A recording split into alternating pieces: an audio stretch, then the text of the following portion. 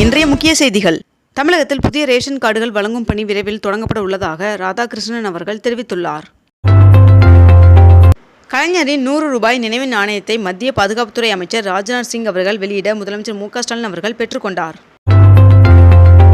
திருவண்ணாமலையில் இன்று பௌர்ணமி கிரிவலம் நடைபெற உள்ளது.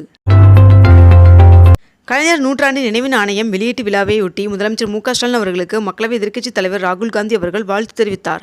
அதற்கு முதலமைச்சர் நன்றி தெரிவித்துள்ளார். கலைஞர் கருணாநிதி அவர்களின் நூற்றாண்டு நினைவு நாணயத்தை வெளியிட சென்னை வந்துள்ள மத்திய அமைச்சர் ராஜ்நாத் சிங் அவர்கள் மெரினாவில் உள்ள கருணாநிதி அவர்களின் நினைவிடத்தில் மலர் வளையம் வைத்து வணங்கினார். திமுகவிற்கும் பாஜகவிற்கும் இடையே ரகசிய கூட்டணி உள்ளது என்று எடப்பாடி பழனிசாமி அவர்கள் குற்றம் சாட்டியுள்ளார். திருச்செந்தூர் சுப்பிரமணியம் சுவாமி கோவிலில் வருகின்ற 24ஆம் தேதியன்று ஆவணி திருவிழா கொடியேற்றத்துடன் தொடங்குகிறது. வருகின்ற செப்டம்பர் 7ஆம் தேதி அமெரிக்காவில் உள்ள தமிழர்களுடன் முதலமைச்சர் மு.க. ஸ்டாலின் அவர்கள் சிகோகாவில் சந்தித்து பேச உள்ளதாக தகவல் வெளியாகியுள்ளது. தாம்பரம் ரயில் நிலையத்தை மேம்படுத்தும் பணி கடந்த சில நாட்களாக முழுவீச்சில் நடைபெற்று வந்த நிலையில் ரயில் சேவை இன்று முதல் வழக்கமாக இயங்கும் என்று ரயில்வே அதிகாரிகள் தெரிவித்துள்ளனர். தமிழகத்தில் இன்று கோவை மற்றும் நீலகிரி மாவட்டத்தில் ஒரு சில இடங்களில் கனமுதல் மிக கனமழை பெய்ய வாய்ப்புள்ளதாகவும், மேலும் திருப்பூர், தேனி, திண்டுக்கல், தென்காசி, ஈரோடு, தருமபுரி, கிருஷ்ணகிரி, சேலம் மற்றும் நாமக்கல் ஆகிய மாவட்டங்களில் ஒரு சில இடங்களில் கனமழை பெய்ய வாய்ப்புள்ளதாகவும் வானிலை மையம் தெரிவித்துள்ளது. திருச்செந்தூரில் திடீரென 50 அடி தூரத்திற்கு கடல் உள்வாங்கியது. டெல்லியில் பிரதமர் நரேந்திர மோடி அவர்களை ஆந்திர முதல்வர் சந்திரபாபு நாயுடு அவர்கள் நேற்று சந்தித்தார். சென்னை கடலோர காவல்படையின் கடல்சார் மீட்பு மற்றும் ஒருங்கிணைப்பு மையத்தின் புதிய கட்டடத்தை பாதுகாப்புத்துறை அமைச்சர் ராஜ்நாத் சிங் அவர்கள் திறந்து வைத்துள்ளார். பீகார் மாநிலத்தில் 1710 கோடி ரூபாய் செலவில் 9 ஆண்டுகளுக்கு மேலாக கங்கை நதியின் மீது கட்டப்பட்டு வரும் ஆக்வானி பாலம் 3வது முறையாக இடிந்து விழுந்துள்ளது. கலைஞர் கருணாநிதி அவர்களின் நினைவு நாணயம் வெளியீட்டிற்கு பிரதமர் நரேந்திர மோடி அவர்கள் பாராட்டு தெரிவித்துள்ளார்.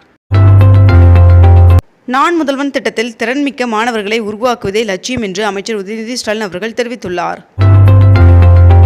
ஸ்ரீபெரும்புதூரில் பெண் தொழிலாளர்கள் தங்கும் வகையிலான 18,720 படுக்கைகளுடன் கூடிய 705 கோடி மதிப்பிலான விடுதியை முதலமைச்சர் மு.க. ஸ்டாலின் அவர்கள் திறந்து வைத்துள்ளார். அத்திக்கடவு அவிநாசி திட்டத்தை முதலமைச்சர் மு.க. ஸ்டாலின் அவர்கள் சென்னை தலைமை செயலகத்திலிருந்து காணொலி காட்சி வாயிலாக தொடங்கி வைத்தார். நாட்டிலே 2வது பெரிய பொருளாதார மாநிலமாக தமிழ்நாடு உள்ளது என்று முதலமைச்சர் மு.க. ஸ்டாலின் அவர்கள் பெருமிதமாக தெரிவித்துள்ளார். அனைத்துலக முத்தமிழ் முருகன் மாநாடு பழனியில் வருகின்ற ஆகஸ்ட் 24 மற்றும் 25 ஆகிய தேதிகளில் நடைபெற உள்ளது. மேற்கு தொடர்ச்சி மலைப்பகுதிகளில் மழை பெய்து வருவதன் காரணமாக சதுரகிரி மலைக்கு செல்ல பக்தர்களுக்கு தடை விதிக்கப்பட்டுள்ளது. ஐநா பொது சபை கூட்டத்தில் பங்கேற்பதற்காக அடுத்த மாதம் பிரதமர் நரேந்திர மோடி அவர்கள் அமெரிக்காவிற்கு செல்ல உள்ளார். நடிகர் விஜய் அவர்கள் வருகின்ற 22ஆம் தேதி தமிழக வெற்றிக் கழகத்தின் கட்சி கொடியை அறிமுகம் செய்ய உள்ளார் என்று தகவல் வெளியாகியுள்ளது.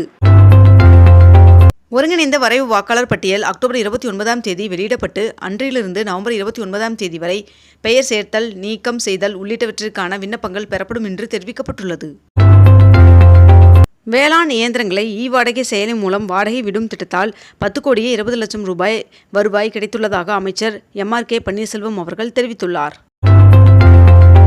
22 கேரட் ஆபண தங்கத்தின் விலை சவரனுக்கு ஒரே நாளில் 840 ரூபாய் உயர்ந்து ஒரு சவரன் 53,360 ரூபாய்க்கு விற்பனையாகிறது. அதேபோல் 1 கிராம் வெள்ளியின் விலை 91 ரூபாய்க்கு விற்பனை செய்யப்பட்டு வருகிறது.